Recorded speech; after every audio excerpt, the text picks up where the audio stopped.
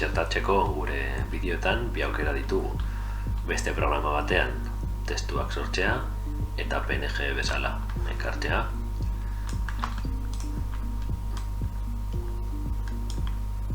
Horrela, testu hori eukiko dugu, nahi dugun lekuan jartzeko, edo erabili dezakegu DaVincik ematen digun efektu panelean,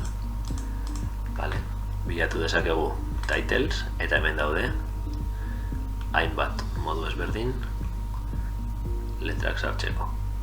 Batzuk tituluak egiteko, beste batzuk testu arruntak jartzeko. Oso erreza da erabiltzen. Hartuko dugu, nahi dugun lekuan jarri,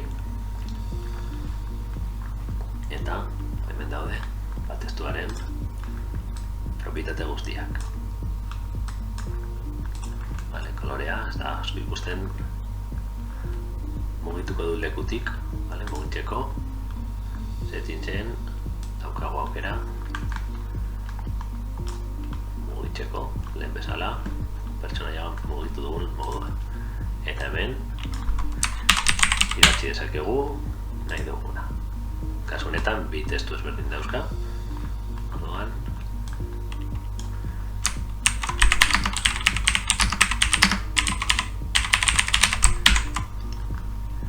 aukera ditugu aldatzeko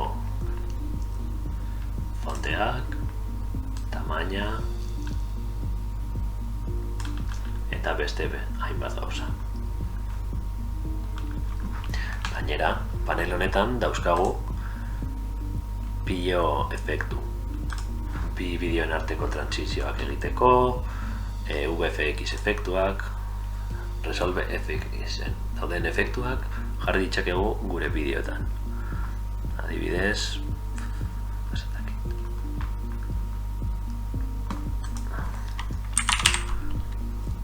glow hau jartzen badiogu gure bideoari, arrastratu eta listo, agertuko da hemen efektua, eta dauzkagu hainbat aukera efektu hori kontrolatzeko.